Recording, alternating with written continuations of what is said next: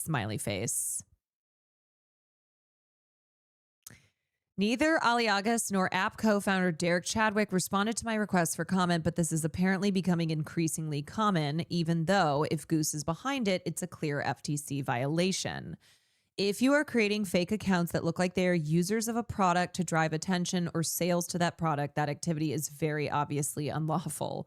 It's also pissed off a lot of members of the gay community who have already criticized the app for lack of diversity in its marketing and promoting toxic body image standards. On one hand, I'm flattered that I'm their target audience, one user told me, but the need to essentially bait gay guys into signing up feels very sketchy. And let me tell you, reader, it is indeed. It is indeed. After spending 3 hours looking into this, it is as sketchy as sketch gets. Sudsy is. Wow, so cute. Wow. Oh my God. So cute. Every single one of these. Okay, now you see one comment. Why are you using AI accounts to trick people into downloading this app? It's for the boys. That's how that's all the promotion is like. It's for the boys. Boys being boys. Just being boys. And it's very bizarre because they are a dating app, but from the promotional materials, you don't know what the fuck it is. You're like, are you selling underwear? Is this lifestyle? Like, what is this? I'm telling you though, these are all bots. These are all bots. All of them. Okay.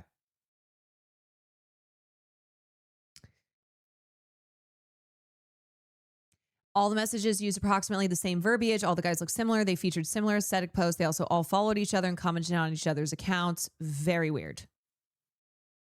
See, and it's stuff like this where, again, when you know what to look for, you will see pretty quickly that these are fake. But not only is dead internet theory being proven more correct every single day, but for most people, if you're not, if you don't know what you're looking for, or if you don't already come in with an understanding that there's something going on here, you would just think that this is a person. And this is like another insidious layer to it, where when somebody engages with a chatbot, yes, there are reports of people getting in way too deep, which tends to do with already existing mental illness. But you know that it is a chatbot, right? You are consenting to engaging with an LLM. With these bots, with these AI bots online that are pretending to be human beings, it's like a new kind of catfishing where people are messaging with them. They are believing these accounts to be real, and they are meant to trick you. And they're just getting more advanced, more sophisticated, and are getting specific to the kinds of communities they are targeting. So another thing I've started to notice is, like, for example, how Black women's likenesses are being used to push things like AI data centers, pushing misinformation on platforms like TikTok. If you remember the DoorDash incident, where that DoorDash delivery driver dropped off the food, and the instructions for where she was to drop it off put her in full view of the guy who was naked on his couch and his dick out. Immediately after that, there was a deluge of misinformation that went super viral. And it was specifically from Black women TikTokers. Well, it turns out that those Black women TikTokers were AI generated. And there was one, what is happening? What is going on? What is going on?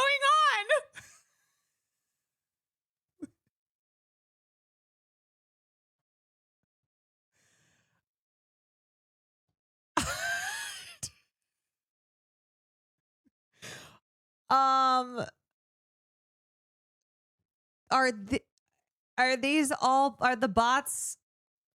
the bots engaged?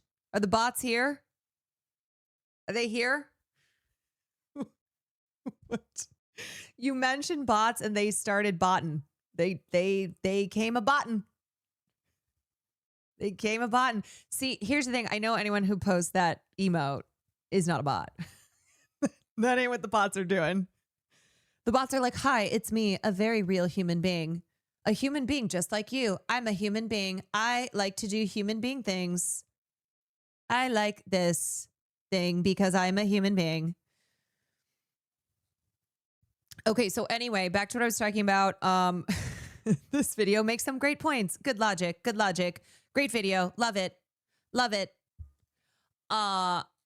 So yes, just the way that now these AI companies or individuals or businesses that are using bot farms are tailoring them to specific communities and using the identities of those who are, well, stolen identities, stolen likeness, to seem realistic, to kind of,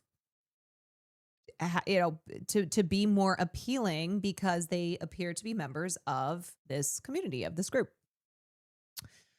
And the other thing, it's not just with bots and with AI. It's also, as we had talked about during the conversation on Kylie Jenner and the Meta AI bullshit, it's using actual human beings too for their identity purposes. So like having Tiana Taylor wear the Meta AI glasses at the BET Awards, that is so insidious. It is so like, that is purposeful. That is purposeful that Tiana Taylor is being paid by Meta to wear the AI glasses on stage at the BET Awards. Oof. All right, moving on in this thread. So I started running guys' photos through Google Gemini and other AI detection software. Most or all of the below photos were apparently generated using Google AI.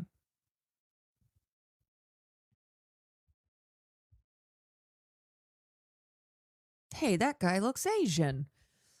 I was able to identify more than 24 accounts that fit this pattern, all of which followed co-founder David Aliagas. Turns out David Aliagas posted a job listing for ambassadors for his new app back in May, looking to hire people familiar with gay culture to manage 3 Instagram accounts. Also, he put out a call to buy Finstas for $100. Oh boy. Help me manage 3 Instagram accounts, 4 hours a day for 2+ months, 6 days a week, $1,800 a month, or 7 days a week, $2,100 a month. Familiarity with gay culture is a big plus. Time to monetize your traumas. Interested? Reply to this story. Interviews start this afternoon on a rolling basis. And by the way, still buying Finstas for $100. You already know I love hiring from within this little community we're building here. My new app is launching very soon. I'm looking for even more people to help bring this dream to life and join the team. We are going big. Scene, thank you for the prime. So this is their piece in EJ's piece in Wired. The Instagram close friends story for Miles.Sumrall shows an affable looking guy with curly dark hair and an expertly groomed mustache beaming as he floats on the water. You're receiving this because you're exactly the type of person we're building this for. The caption reads, accompanied by a code for an invite to a members-only community. The link leads to a login for Goose, a dating and friendship app for gay men with the slogan, for the boys, which allows users to meet guys through the life you already have, according to its website. The problem is that Miles.Sumrall does not appear to be real. Neither does Daniel Mulugeta, the cute dark-haired influencer who shared the above caption with the exact same verbiage on his close friends story. Like, this is how deep they're getting with it. They have close friends. These bots have close friends.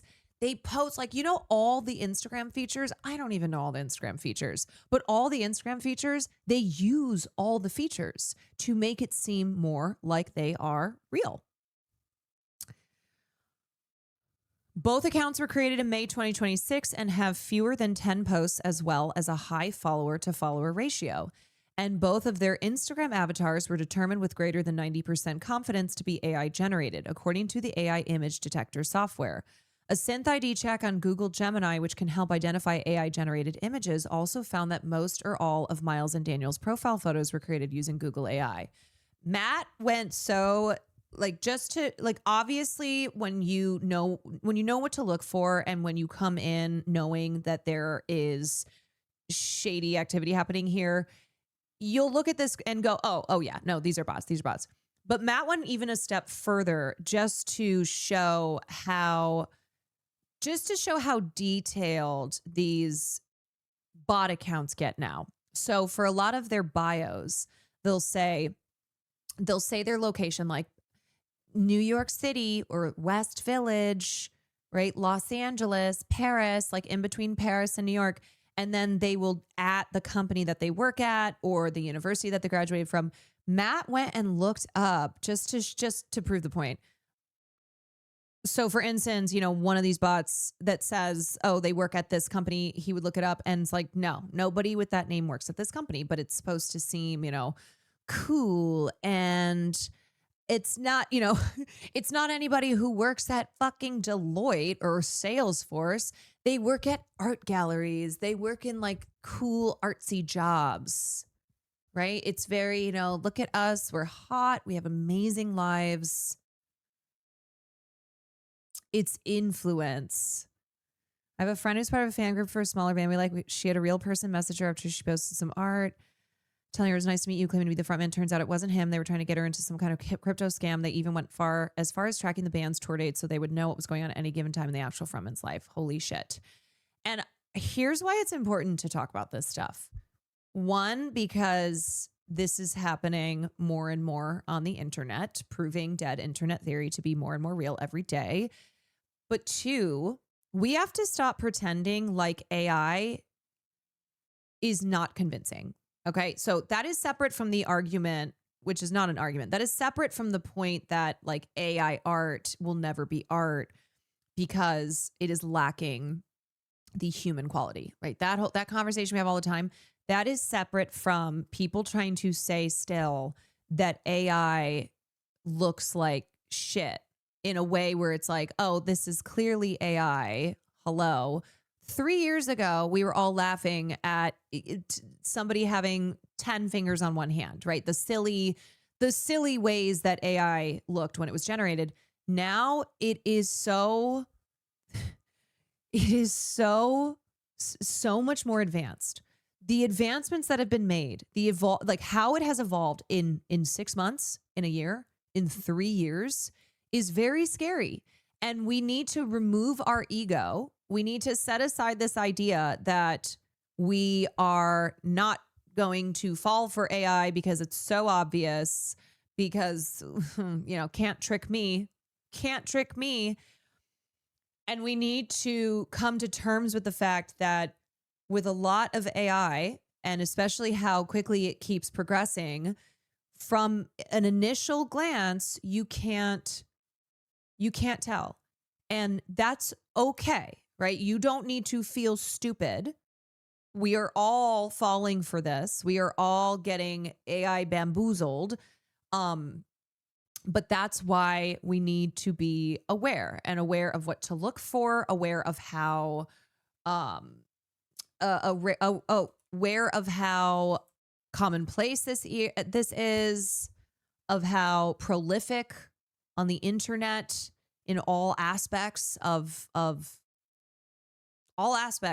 things.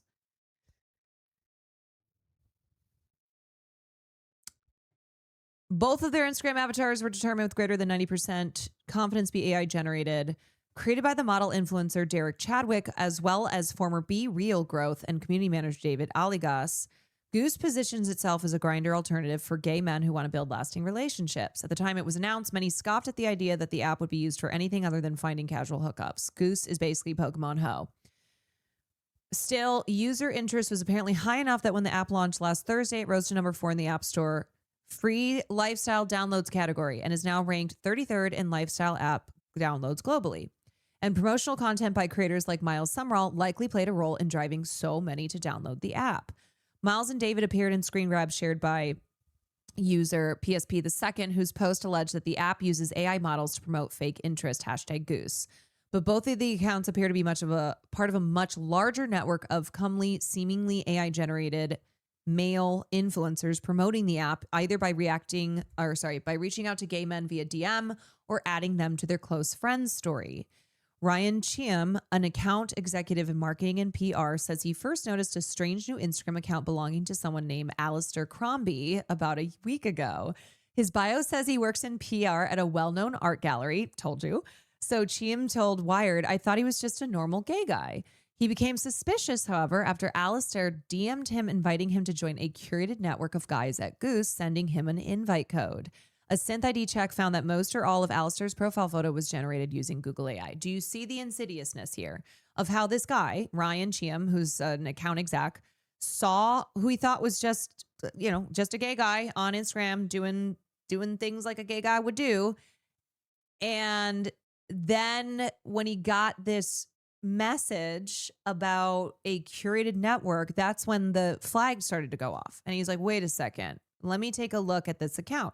But how on initial look, it's like, oh, that's a cute gay guy. Great. In addition to Miles, Alistair, and Daniel, Wired was able to identify more than 24 similar accounts, all of which were created in May or June 2026 and feature just a few posts, a typical indication of inauthentic accounts. Many of the accounts also frequently comment on each other's photos, including the same heart and fire emojis. Often the accounts followed potential members and added them to their close friends stories, but sometimes they directly DM'd them to encourage them to sign up, as was the case with Dalton Bauer, who works in marketing and received a DM from a user named Luka Lepkowski. Okay, this might feel random, but felt you'd be interested. The message begins before inviting Bauer to the Goose community using language identical to that of the one Chiam received from Alistair. Now, I will share my own experience. I have experienced this with getting messages from Instagram accounts that have sometimes been Asian girls who are messaging me and being like, hey, sweetie, you would be a great fit for this company, whatever. And essentially it's like trying to get me to sign up for OnlyFans or other similar platforms with content like that. And now I'm not saying necessarily that those accounts have been bots like this, but something we talked about on the podcast is that the way these bots are activating is to mimic how human beings have been acting on the internet as far as doing like promotion, as far as trying to like get people to sign up for like an OnlyFans company, that kind of stuff, where there's such similarities in the specific kind of targeting and the language that's used because Meta scrapes DMs. Right. And you have to remember that all of these bots, they're being trained off of what already exists online. So that is why there are such similarities. The bots that especially work with fake people profiles and texts are exceptionally hard to pick out for the layperson. Yeah. Okay. Bauer was less than flattered by the invite. It was the third such DM he'd received this week using the exact same language from an account that was brand new. This is the first time I've seen this on Instagram and at this scale. I think someone needs to shed light on this as it's shady and deceiving. Like the other accounts linked to the Goose invites, the Luka Lepkowski account was created in May 2026. An analysis using the AI image detector software found that the profile image, a photo of a college-age man in khaki shorts on a beach sipping from a large water bottle, was 80% likely to have been artificially generated. Further analysis using Google Gemini also determined that at least part of Luca's profile photo was edited or generated with Google AI. Chadwick did not, and the reason that it seems real is because it is scraping data off the internet. It is scraping people's profiles and and then producing an amalgamation of it. So yeah, for this guy, Ryan Cheem, who thought that this account of a cute gay guy that followed him was a real guy, as he says, thought he was just a normal gay guy, right? Looked at his account, went, oh, he's cute and gay, seems to be doing things that like other gay guys who I follow or would follow me do. And that's because that's the purpose, right? These accounts being trained off of some, or person or people who are real, and then it's scraping all of that and then generating a profile out of it. It's kind of crazy in a way that we're using AI to determine something's AI. Yes, and didn't hold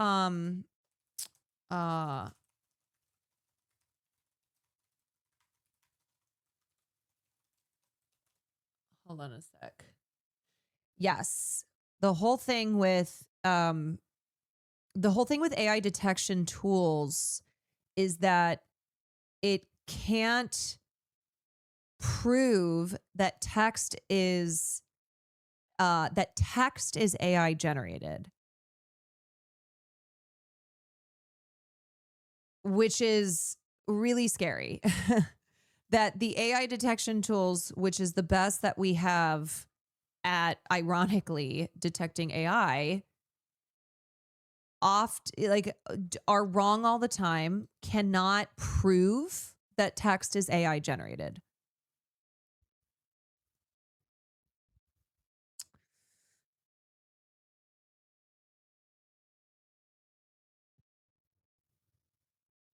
Chadwick did not respond to multiple requests for comments, nor did anyone else from Goose, but on Instagram stories, co-founder Aliagas appears to have advertised multiple job listings for ambassadors to help manage various unspecified social media accounts. It's not unusual for brands and developers to surreptitiously use AI-generated influencers to promote their products. A recent Guardian investigation quoted a former celebrity manager who now creates such accounts, who estimated that 40 to 60% of the content out there from some of the big brands is artificially generated, most of which is not publicly identified as such. That's not the same thing, however, as saying such content is above board, says Rob Freund, an advertising and e-commerce attorney. The U.S. Federal Trade Commission has guidelines prohibiting deceptive advertising, such as brands using AI to impersonate real individuals. New York also recently enacted a law requiring that advertisers disclose if their content is AI generated, and companies face an initial $1,000 fine if they fail to do so. But here's the thing. When we were looking at a lot of these accounts, few of them were flagged, had like the AI marker on Instagram, because these companies with their AI tools, well, first of all, AI tools not being not being 100% accurate, but also that these companies that are incentivized to not disclose content being AI generated are not incentivized to like make sure their tools are as accurate as they can be. So for all of these accounts, for all these accounts that are promoting Goose, few of them actually got marked as AI. They will not flag actual AI images and then will flag art created by actual artists. Yeah, it's very backwards.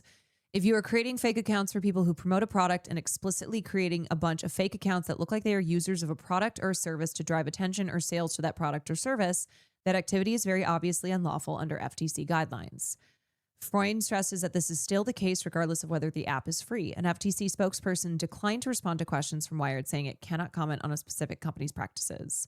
According to its content guidelines, Meta, who owns Instagram and declined to comment for this story, requires users to label their content as artificially generated and will take down posts that are not correctly identified as such. But the private nature of this specific marketing campaign and DMs and close friend stories may make it more difficult for the platform to regulate.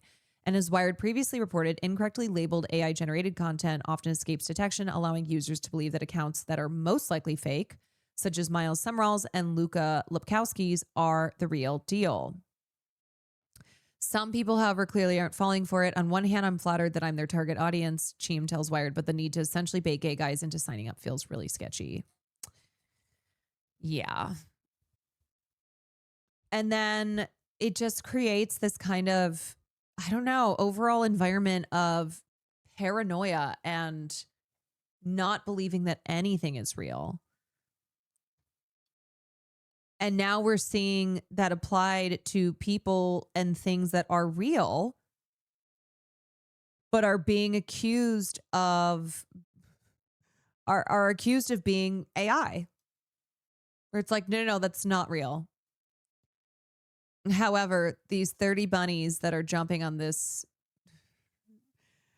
trampoline are having to scrutinize everything so deeply takes a mental toll. Absolutely. And it's what's lent itself to the further declining in enjoyment of being on the internet, right? The enshittification of online. And now, I mean, y'all, this adds an extra, like, I do need to do this anyway, right? I do need to always be checking my sources, but it's everything now. It's everything. It's a tweet. It's a picture. It's something that it's low stakes, right? So maybe I would be less inclined to ensure verification when it's like something I see and I go, oh, look, I thought that was funny, blah, blah, blah. But it's the constant need to verify every single thing and every person. Been feeling really horrible and depressed lately, but my mood always perks up a little bit when I get to watch stream. I hope everyone knows it's okay to feel bad every so often as long as you don't give in to the despair. Lots of love. Lots of love, Ink Frog. Thank you. They're inventing fake gay history. Delhi's first legendary gay nightclub opened in 1999 in South Delhi. Brought gays and lesbians to the club every Thursday. The price was, what is the monetary, or what's the currency? Rupees. That's rupees. The price was 350 rupees to enter and one drink. What's happening? These are real pictures, by the way, from that club. We found new desires and new clothes. Every Thursday was dress up. Every week was spent in anticipation of Thursday.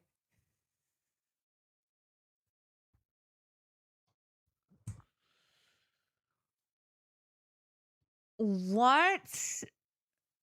Haley Stevens were a male candidate running on the same platform, same pro-corporate, APAC funded platform, same shit. If this were even, I would say, I mean, this feels very, 2016 vibes. I would even give this like 2022. I would give this 2022 up to 2022. But now, hell no. Absolutely not. What are the current polls looking like? It is looking good for Abdul, which is why they are ramping up the stupid fucking racist attacks, because they don't have anything else. They have been outspending him like 34-1.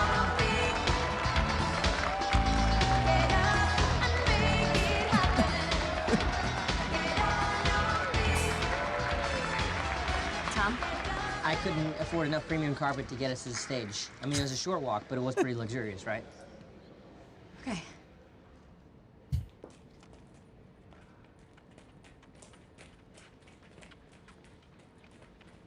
Everybody smile away. Smile away.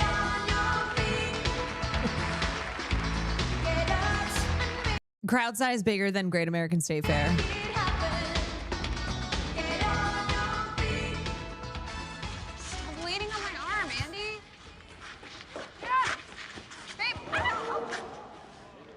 Holding the dog.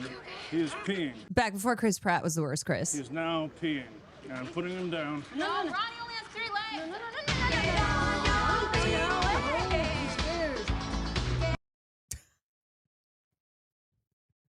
Yeah. There are a lot of moments from I will never forgive this show for propping up Joe Biden. I mean, this is like big time live era.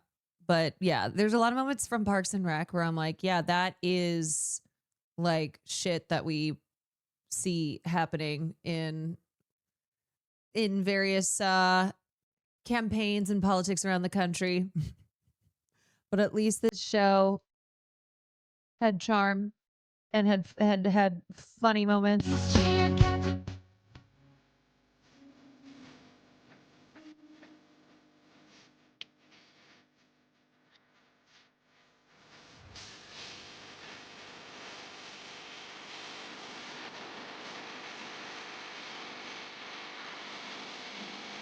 They have nothing on this man, and that is why they're like, he's a misogynist.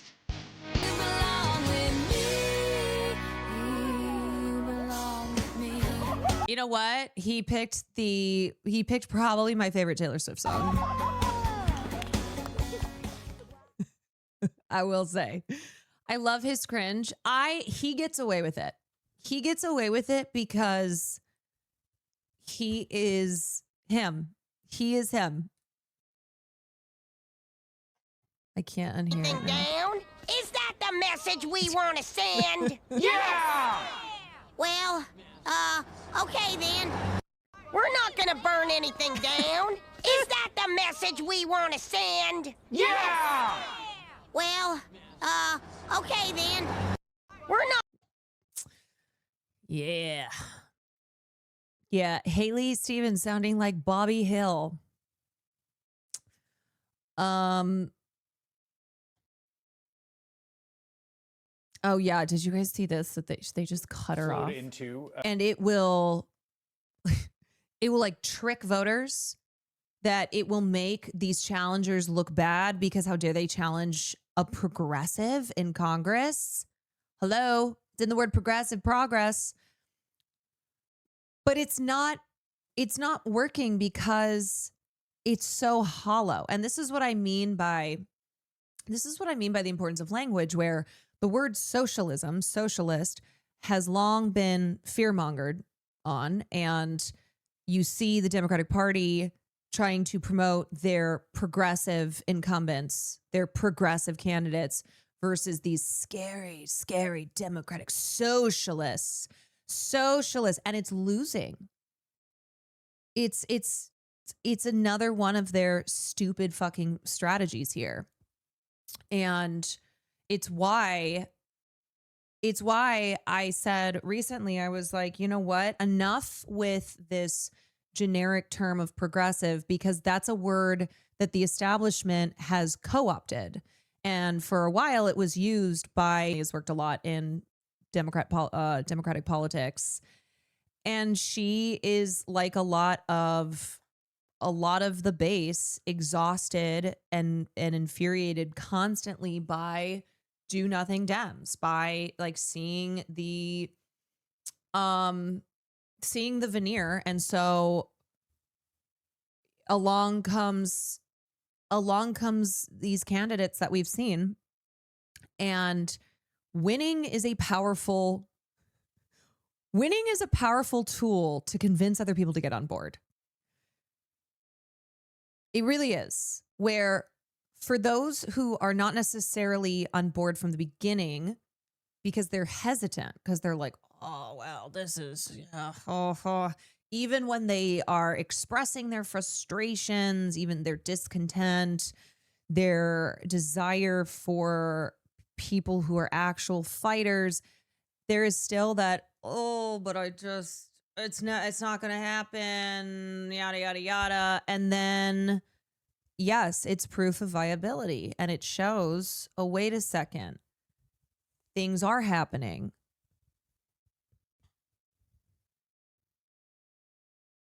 My dad too, but he's more of a Reagan Dem. He's super anti-corporate Dem now. Yeah, I mean, my mom was the very like orange man bad. She hates Donald Trump, of course, but we all hate Donald Trump. That's the frustrating. That's like what's so stupid about it, as these, blue MAGA losers will always be like, oh, you guys like, it's like, actually, if you take a look at the Democratic Party, if you take a look at the liberal establishment, the way that they come after leftist challengers, after, these DSA candidates, is with so much more intensity than they come after Republicans. So who actually is the one that doesn't seem to seem to view Trump and the Republicans as a great enemy here? Francesca Hong's going to beat Tom Tiffany by 4 or 5 just on data centers alone. If only Democrats can realize she's the best candidate. Yeah, there are some of these races like Omar in Minnesota, where I think he was a little bit, I don't like to use the word early necessarily, but I think the timing was the timing was not quite right there, versus I think if he runs again, or if he were to be, if he had run in the next cycle, I think there would have been more of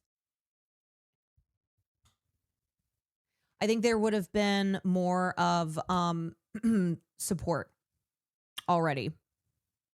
They weren't mad enough to take a chance on him at the start of the year. Yeah, and this was before the wave of recent DSA victories. Last Beta, thank you for the 28 months. Sierra, thank you for the 3 months. Mom Cat, thank you for the 38 months. I low-key think some Trump supporters would be easier to get to vote DSA than centrist Dems. There was a fair amount of split ticket Trump, AOC. I mean, look, it's like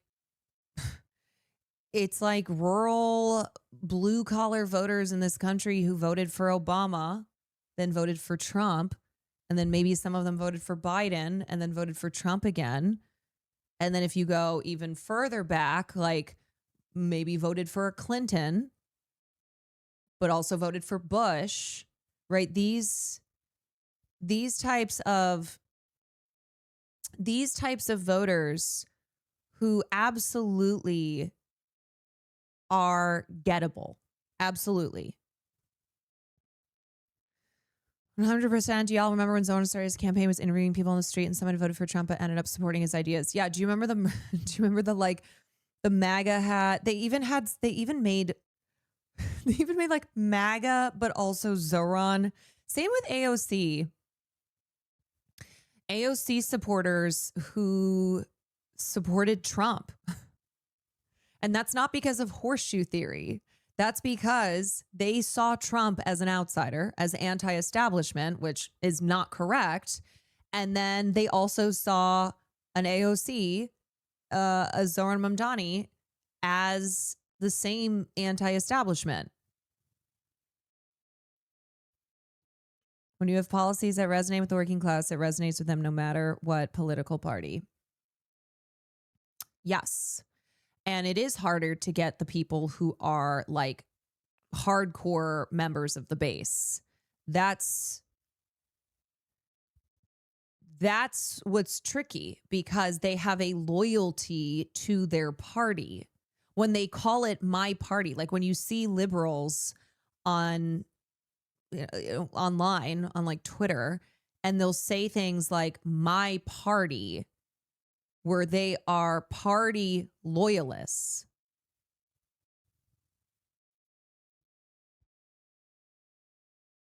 Makes DSA different is that we are fighting for a moral vision of what our economy should look like, of what our government should look like. That is what brings people into this organization. That is what brings people into our door knocking operation, to our phone banking operations, because we are fighting for something. We are fighting for a better world, one where no matter where you're born in this country, no matter what family you're born into, no matter what kind of body you're born into, you are deserving of the same basic dignities in your housing, in your healthcare, your nutritional food, and all of the basic dignities that are required in a modern world here in the wealthiest, most powerful country on earth.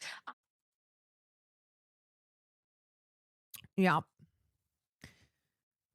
Do you support Toby Doden, South Dakota. Political bravery is required in this moment.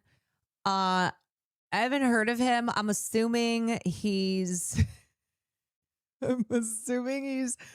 he's MAGA. I'm assuming in South Dakota. I can't imagine it's Turby Derby. What? What? Someone link it. Link me what you are all referencing. Link me Turby Derby. Is this gonna be like fucking Victor Marx? No!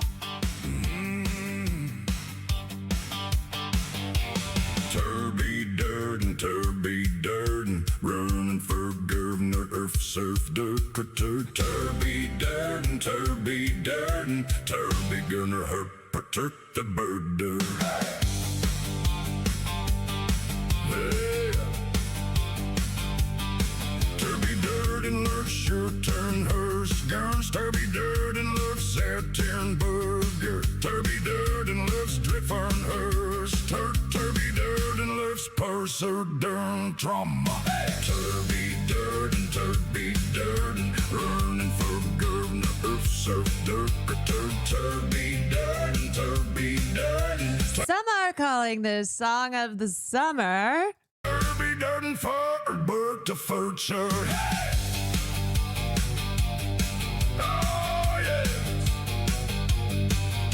Turby Durden. American culture is so beautiful. It's gorgeous. Turby Durden gonna curve the frame. Turby Durden farts for thugger sparl. Turby Durden gonna earn a hearse num. I feel like I've had a stroke. Turby Durden, running for governor of South Dakota. Turby Durden, your conduct on Turby Durden. Turby Durden. Like, I'm just imagining if I went into a coma and then I wake up from said coma. I'm like, do we have socialism yet? And you guys are like, no, but we do have Turby Dirty. And the national anthem has been legally changed to be this. Turby Durden on Turby Durden. Oh, Turby Durden. Hey.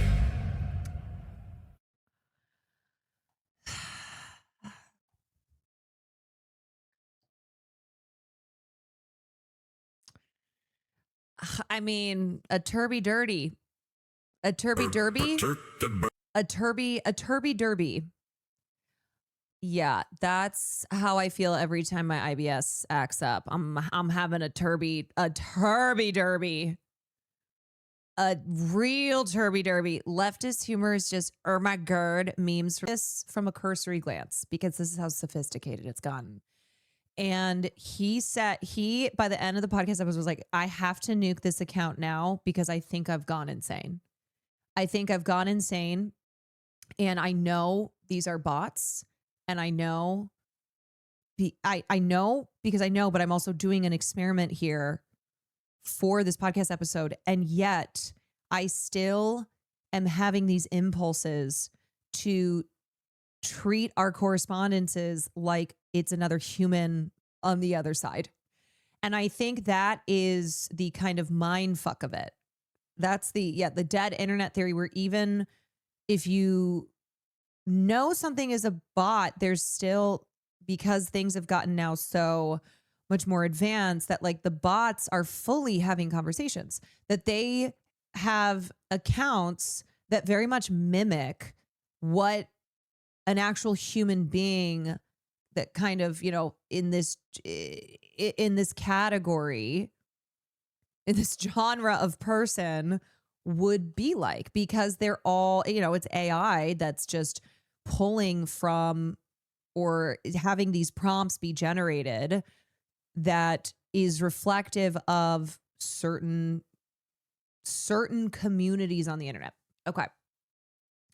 If it walks like a goose, I first learned about Goose when I heard from a few friends that they'd received messages from random hot guy accounts that had just followed them, inviting them to the app. The accounts were all new from May/June with few posts, and the guys were all really cute. Hey, okay, this might feel random, but felt you'd be interested. I'm part of the team behind Goose, a new gay app that just launched. It's basically a curated network of guys in key cities across the US and soon Europe who want to actually make plans and meet people IRL. We're handpicking who gets in, and honestly, I just thought you'd be a great fit. Let me know if you apply, blah, blah, blah, blah, blah. And then you'll look at their account and it's like, okay, so they have posts. Oh, they also do Instagram stories now too. All the things that would like, you know, all the check marks, like you go down the list of, okay, here's what would make this seem more believable as a human being. They have gotten so advanced that they're checking all the boxes.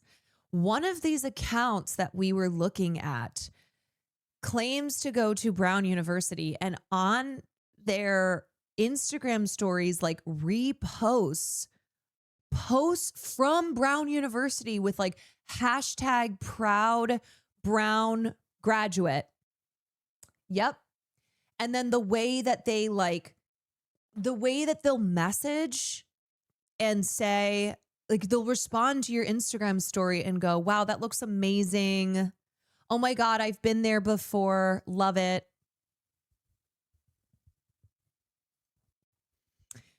Hey, okay, this might feel random, but felt you'd be interested. I'm part of the team behind Goose, blah, blah, blah, blah, blah. Okay. All the messages used approximately the same verbiage, and all the guys looked similar. They featured similarly aesthetic posts. They also all followed each other and commented on each other's accounts.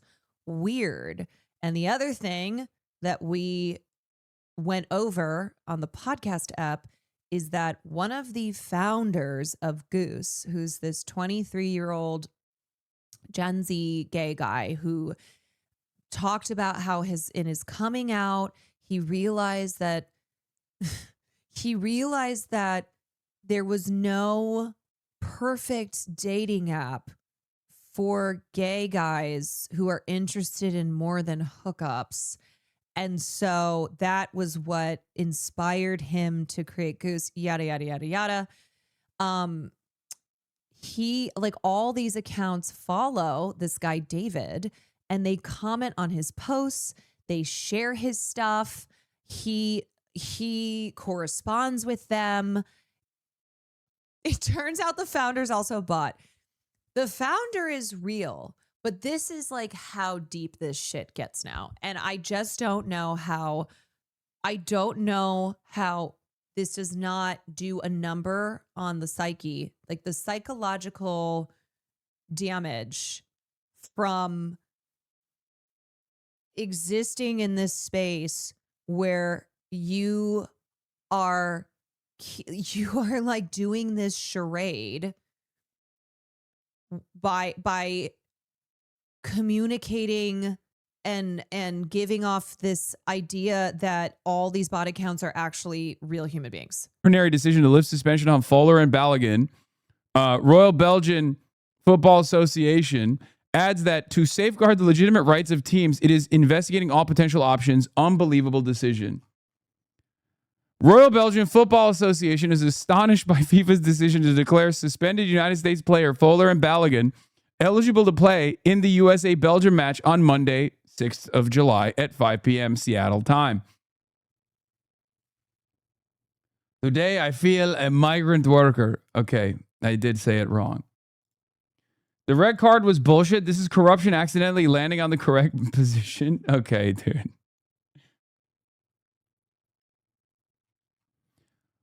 FIFA bases its decision on Article 27 of the FIFA Disciplinary Code. This provision states that the FIFA Disciplinary Committee may decide to suspend the enforcement of a previously imposed disciplinary sanction.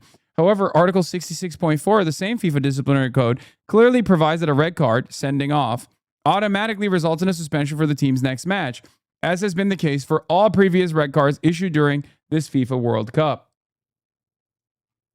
Furthermore, and irrespective of the above, the decision is in direct contradiction with the provisions of the FIFA World Cup 2026 competition regulations as set out in Article 10.5. If a player of a team official is sent off as a result of a direct or indirect red card, second caution, they will automatically be suspended from their team's subsequent match. In addition, further sanctions may be imposed. First of all, how do you look at the situation and not assume that the referees are probably also still going to heavily favor the American team and probably try to carry them to a victory in this World Cup? Bruh, Hasanabi loves Europe like Asmongold. Anyone against this is a Euroid. Look, man, I call balls and strikes. I'm sorry. FIFA is an unbelievably corrupt organization. Donald Trump is an unbelievably corrupt petty tyrant. And this is a perfect perfect synchronicity moment for both of these hilariously and laughably corrupt people. If I don't cover this seriously, then I am not a serious person. Okay?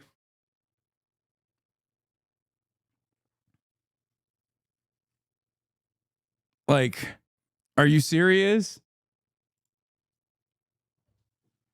Balls and strikes is baseball, you Amerifat? Yes, I am. I am an Amerifat. I am an Ameroid. Okay, but as an Ameroid, I still have... The 5th of July is actually the 1st of April. It's April Fools. We're not defending the national team or federation. We are defending football and integrity. I mean, makes sense why they would be up in their feelings about this, obviously. It's pretty fucking ridiculous that, Donald Trump straight up came in and was like, yep, you're going to fix this for us. I'm sorry, there's no defending that. Like, even if you were contesting whether or not it was an appropriate if it was an appropriate red card or not, that's one thing. But to have Donald Trump directly call in and have Infantino change the decision after the fact, or like or deny the next game suspension after the fact, is ridiculous, dude.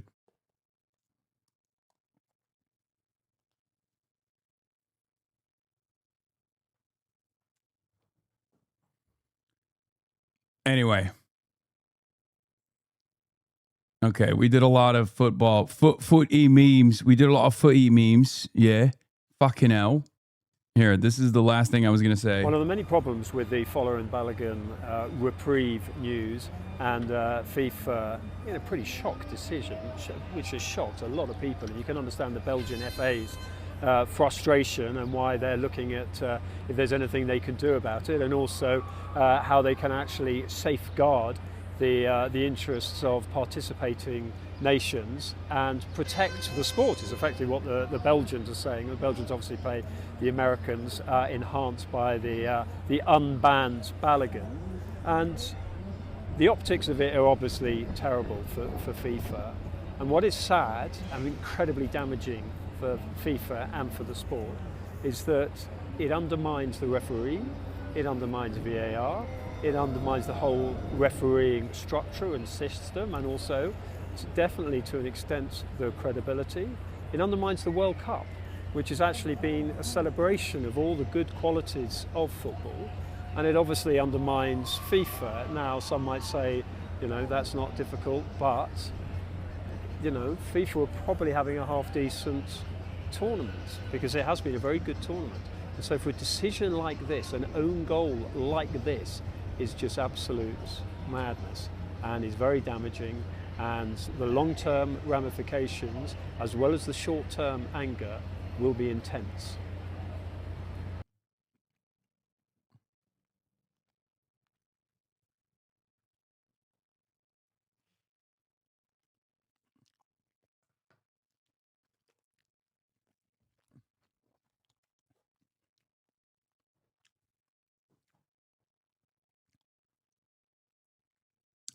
Yeah. Direct call, by the way, is crazy. Like a phone call. He just straight up did that shit. Beast mode.